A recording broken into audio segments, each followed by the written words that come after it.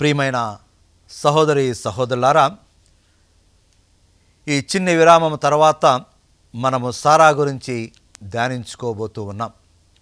సారా భర్త అడుగు జాడల్లో పయనించి ఒక ఆదర్శ గృహిణిగా భర్త యొక్క విజయానికి తోడ్పడిందని మనము చూసి ఉన్నాం. అయితే సారాలో ఉన్నటువంటి ఇంకొక గొప్పతనాన్ని కూడా మనము చూద్దాం. ఏమిటి అంటే ఆదికాండము 12వ అధ్యాయము 10 నుండి 20వ వచనాల్లో మనము చదువుతూ ఉన్నాం. కనాను దేశంలో కరువు వచ్చినప్పుడు అబ్రహాము తన భార్య సారాతో కూడా ఐగుప్తుకు వెళ్ళాడు అని, అక్కడ ఫరో రాజు ఆమె యొక్క సౌందర్యానికి మురిసిపోయి ఆమెను చెరబట్టాడు అని, ఎందుకంటే అబ్రహాము ఆమె చేత తాను అబ్రహాము సోదరిని అని అబద్ధము చెప్పించాడు. భర్త అబద్ధము చెప్పమనగానే అబద్ధము చెప్పించాడు. ఫరో రాజు ఆమెను చెరపట్టి తన ప్రసాదంలో, రాజప్రసాదంలో బందీగా ఉంచాడు. ఒక్కసారి ఆలోచించండి, అబ్రహాము భార్య అయినటువంటి తను ఈనాడు ఫరో రాజు రాజప్రసాదంలో ఒక బందీగా ఉంది. తన ప్రాతిపత్యానికి, తన పవిత్రతకు భంగము వాటిల్లేటటువంటి ప్రమాదములో ఉన్నది. భర్త నిస్సహాయుడిగా, ఏమీ చేయలేని వాడిగా రాజప్రసాదము బయట ఉన్నది. ఇక ఎవరు ఈ పరిస్థితుల్లో ఆమెకు రక్షణ కలగచేసేవాడు? నమ్ముకున్న భర్త ఏమీ చేయలేడు. అప్పుడు ఆమె ఏమి చేసి ఉంటుంది? దేవుణ్ణి ప్రార్థించి ఉంటుంది. ఏ దేవుడైతే వాగ్దానం చేసి తనను, తన భర్తను తన వారి మధ్య నుండి పిలిచి ఉన్నాడో ఆ దేవుణ్ణి ప్రార్థించి ఉంటుంది. ఆమె విశ్వాసానికి దేవుడు మెచ్చుకొని ఆమె ప్రార్థనను ఫలింపచేశాడు. దేవుడు ఆ ఫరో కుటుంబీయులందరినీ కూడా రోగముల పాలు చేసి ఆమెను విడిపించాడు. ఇదే ఆదికాండము 20వ అధ్యాయంలో కూడా చూస్తూ ఉన్నాం. గెరారు రాజు అబీమెలెకు రెండవసారి సారాను చెరపడతాడు. ఆమె పవిత్రతకు భంగము వాటిల్లే పరిస్థితుల్లో భర్త నిస్సహాయతలో ఉన్నప్పుడు ఆమె దేవుని వైపు మళ్ళినది. దేవుడు అద్భుత విధముగా ఆమెను రక్షించి ఉన్నాడు. ప్రియమైనటువంటి గృహిణులారా, స్త్రీలారా, భార్యలారా, తల్లులారా, మీరు గుర్తుపెట్టుకోండి, మీ భర్త ఏమీ చేయలేనటువంటి నిస్సహాయ పరిస్థితుల్లో ఉన్నప్పుడు, మీ కుటుంబ పరిస్థితులు కానీ, సమస్యలు కానీ, భర్త కానీ వేరే ఎవరో కూడా సహాయం చేయలేనటువంటి నిస్సహాయ పరిస్థితుల్లో ఉన్నప్పుడు పరిష్కారము, మార్గము ఏమిటి? దేవుని వైపుకు మళ్ళటమే. దేవునికి అసాధ్యమైనది ఏదీ కూడా లేదు. అదే సారా చేసినది. తన పవిత్రతను కాపాడుకున్నది. ఆమె యొక్క విశ్వాసము, ప్రార్థనే ఆమె పవిత్రతను కాపాడింది. ఇంకా మనం లోతుకు వెళ్ళినట్లయితే ఇటువంటి గొప్ప విశ్వాస వ్యక్తి, ఆదర్శ గృహిణి అయినటువంటి సారాలో కూడా కొన్ని లోటుపాచులు ఉన్నాయి. ముందుగానే చెప్పి ఉన్నాను. అబ్రహామును గురించి మీకు వివరించేటప్పుడు వారు పరిపక్వమైనటువంటి మానవులు కాదు. మనవలే హెచ్చు తగ్గులు ఉన్నటువంటి వారు, మనవలే లోటుపాచులు ఉన్నటువంటి వారు. ఈ సారాలో ఉన్నటువంటి లోటుపాటు ఏమిటి? దేవుడు అబ్రహాముకి సంతానాన్ని కలగచేస్తాడు అని చెప్పాడు. కానీ సంవత్సరాలు గడిచిపోతూ ఉన్నాయి. తాను తన యొక్క భర్త ముదుసలి వారం అవుతూ ఉన్నాము. పిల్లలు కలిగేటటువంటి ఆశ నశించిపోయి తన దాసి అయినటువంటి హాగారుని తన భర్తకు భార్యగా చేసి ఆమె ద్వారా భర్తని, పిల్లలు కనమని చెబుతూ ఉంది. ఇక్కడ ఆమె దేవుని వాగ్దానం మీద ఒక విధముగా అపనమ్మకాన్ని పెంచుకున్నది. ఏ విధముగానైతే దేవుని యొక్క వాక్కుకి వ్యతిరేకముగా పాపము చేయమని సాతాను శోధనకు లోనై ఏవ ఆదామును శోధించిందో అదే విధముగా దేవుని మీద అపనమ్మకముతోటి తన భర్త అయిన అబ్రహామును శోధించింది. హాగారు ద్వారా ఇస్మాయేలుని కనేటట్లు చేసింది. ఫలితం అనుభవించింది. తన భర్త కంటే ముందుగా తాను అనుభవించింది. ఏమిటి అది? హాగారు ఆమెను చిన్న చూపు చూడటము ప్రారంభించింది. ఆమెను కించపరచటము ప్రారంభించినది. అందుకు భర్తను నిందించింది. సహించలేక ఆమెను బయటకు పంపించింది. ఇక ఇంకొకటి కూడా మీరు గమనించాలి.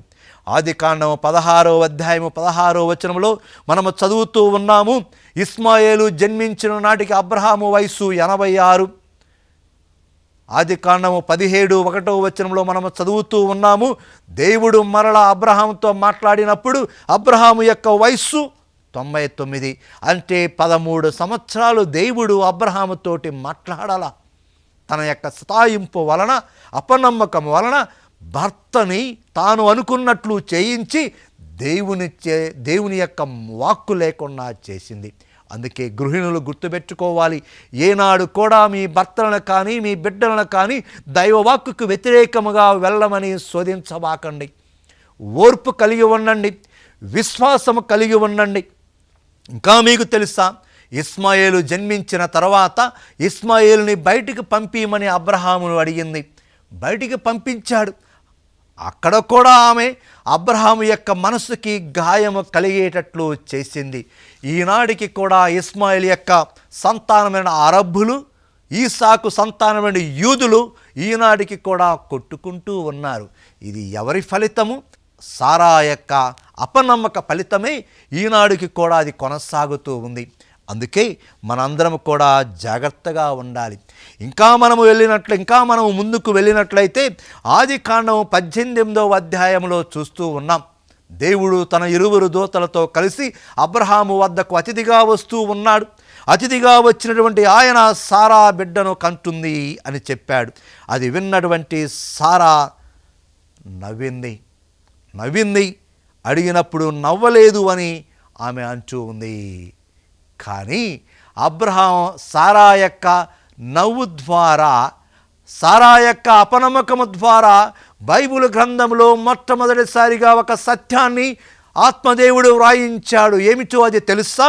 ఆదికాండము 18వ అధ్యాయము 14వ వచనములో మనము చదువుతూ ఉన్నాము, దేవునికి అసాధ్యమైనది ఏదైనా ఉన్నదా? దేవునికి అసాధ్యమైనది ఏదైనా ఉన్నదా అని సారా అపనమ్మకం వలన, నవ్వు వలన దేవుడే ఆ మాట పలకవలసి వచ్చింది. ఇది మనందరికీ ఎంత ఓదార్పు కలిగించేటటువంటి, ఎంత ధైర్యాన్ని కలిగించేటటువంటి పలుకు ఇది. మరియ తల్లి వద్దకు గాబ్రియేలు దూత వెళ్ళినప్పుడు, ఇదిగో నీవు గర్భము ధరిస్తావు, నేను పురుషుని ఎరుగను, ఇది ఎలా సంభవిస్తూ ఉంది? ఆత్మదేవుడు నీ మీదకు వస్తాడు. సాక్షాత్తు దేవుని దూత పలుకుతూ ఉంది, దేవునికి అసాధ్యమైనది ఏది కూడా లేదు అని. ప్రియమైనటువంటి సహోదరి సహోదరులారా, మన మొదటి తల్లి ఏవా దేవుణ్ణి నమ్మలేదు. తర్వాత రక్షణ చరిత్రలో మనందరికీ తల్లిగా మారినటువంటి సారా కూడా తన అపనమ్మకముతోటి దేవుడి చేతనే ఒక గొప్ప సత్యాన్ని మాట్లాడేటట్లు చేసింది. అదే దేవునికి అసాధ్యమైనది ఏది కూడా లేదు అని. ఇక మనము చూస్తూ ఉన్నాము, దేవుడు వాగ్దానము చేసినట్లు ఆమెకు ఈసాకుని కొడుకుగా ఇచ్చాడు. ఆ ఈసాకు అనగా నవ్వుతూ ఉండేవాడు అని. ఈ నవ్వు అనేది ఆదికాండం 17:17లో, ఆదికాండము 18:12లో అపనమ్మకముతోటి అబ్రహాము సారా నవ్వినటువంటి నవ్వు కాదు. దేవుడు వాగ్దానము చేసినటువంటిది నెరవేరినప్పుడు ఆనందంతో నవ్వేటటువంటి నవ్వు. The one who laughs last laughs the best. ఆఖరిన నవ్వేవాడు చక్కగా నవ్వుతాడట. ఇక్కడ ఈసాకు ఆదాముకి సారాకి కూడా చక్కటి నవ్వు ఇచ్చాడు. అది ఆమెకు సొంతమైంది. ఇక ఇంకా మనం చూస్తూ ఉన్నాం, అబ్రహాము సారా యొక్క పేరుని సారాయి నుండి సారాగా మార్చాడు దేవుని మాట మీద. దాని అర్థం ఏంటో తెలుసా? సారా అంటే రాజకుమారి. సారా అంటే రాజకుమారి. ఒక విధముగా సారా రాజకుమారే. ఎందుకంటే ఈసాకు జన్మించినప్పుడు ఆమె దేవుణ్ణి స్తుతించింది. ఏమని స్తుతించింది? దేవుడు బిడ్డనిచ్చి నన్ను నవ్వులతో తేలించెను. ఇది విన్నవారందరూ నాతో పాటు నవ్వుదరు. సారా బిడ్డలకు చనుగడుపునని అబ్రహాముతో ఎవరైనా చెప్పి ఉంచిరా? అయినా నేను ముదుసలి అయిన అబ్రహాముకు కొడుకును కంచిని. ఆదికాండం 21వ అధ్యాయము 6 నుండి 7 వచనాల్లో మనము ఇది చదువుతూ ఉన్నాం. ఇంకా మనము చూడాలి అంటే పేతురు గారు తాను వ్రాసినటువంటి మొదటి లేఖలో 3వ అధ్యాయంలో 6వ వచనములో ఇలా పలుకుతూ ఉన్నాడు, సారాటిదే, ఆమె అబ్రహామునకు విధేయురాలై అతనిని తనకు యజమానిగా సంబోధించినది. అది కాదు ఇక్కడ పంచ్ లైన్. ఆయన ఏమి చెబుతూ ఉన్నాడు, మీరును సత్కార్యములనొచ్చువారై దేనికి బెదరని వారైనచో ఆమెకు బిడ్డలగుదురు. దీనిలో ఈ ఒక్క వాక్యములో చాలా గొప్ప మర్మము ఉన్నది. ఆ సారా కేవలము బాహ్య సౌందర్యము కలిగినటువంటి యువతి మాత్రమే కాదు, బాహ్య సౌందర్యము కలిగినటువంటి స్త్రీ మాత్రమే కాదు, ఆమె విశ్వాసము కలిగి ఆత్మ సౌందర్యము అంత సౌందర్యము కలిగినటువంటి స్త్రీ. ఇది ప్రతి స్త్రీ, ప్రతి యువతి గుర్తించుకొని పాటించవలసినటువంటి విషయము. అప్పుడే అందరూ కూడా సారాకు తగిన బిడ్డలు కాగలరు. ప్రియమైనటువంటి సహోదరి సహోదరులారా, ఆమె 127 సంవత్సరాల వయసప్పుడు మరణిస్తే అబ్రహాము ఆమెను హిత్తీయుడగు హెబ్రోను నుండి కొలిన పొలంలో ఉన్నటువంటి గుహలో పాతి పెడతాడు. ఇది ఆదికాండము 23 అధ్యాయము 19వ వచనంలో మనము చదువుతూ ఉన్నాం. సారా విశ్వాస చరిత్రలో తొలి స్త్రీ. మనము బైబిల్ గ్రంథాన్ని చదివినట్లయితే మనము 3 స్త్రీల బిడ్డలమంటూ ఉన్నది. ఏమి అది? ఏవా, మానవ జాతి పతనానికి కారణమైనటువంటి ఏవ బిడ్డలంటూ ఉంది. ఇక 2వ స్త్రీ, మానవ జాతి రక్షణకై దేవుడు ప్రారంభించిన రక్షణ చరిత్రలో తొలి స్త్రీ అబ్రహాము భార్య అయినటువంటి సారా బిడ్డలమంటూ ఉంది. ఇక ఈ రక్షణాన్ని పరిపూర్తి చేయడానికి వచ్చినటువంటి దేవుని కుమారుడి తల్లి అయినటువంటి మరియ తల్లి బిడ్డలమంటూ ఉన్నాం. ఈ ఇరువురు రక్షణ చరిత్రలో తొలి స్త్రీ, తొలి తల్లి సారా అయితే రక్షణ చరిత్రలో మరియ తల్లి. ఈ ఇరువురు కూడా మానవ జాతి అంతటికి ఎలా తల్లులు కాగలిగారు అంటే వారిలో ఉన్నటువంటి విశ్వాసం వలనే. దేవుడు నమ్మినది నెరవేరునని విశ్వసించిన నీవు ఎంత ధన్యురాలు అని ఎలిజబెతమ్మ మరియ తల్లిని ప్రస్తుతించింది. అదే విధముగా మనము చూసి ఉన్నాము. హెబ్రీయులకు వ్రాయబడిన లేఖ 11:11లో ఆ లేఖకుడు సారాని స్తుతిస్తూ ఉన్నాడు. ఈమె విశ్వాసం కలిగిన స్త్రీ అని. ఈ విశ్వాసం ద్వారానే ఈ ఇరువురు స్త్రీలు కూడా మనకి తల్లులు కాగలిగారు.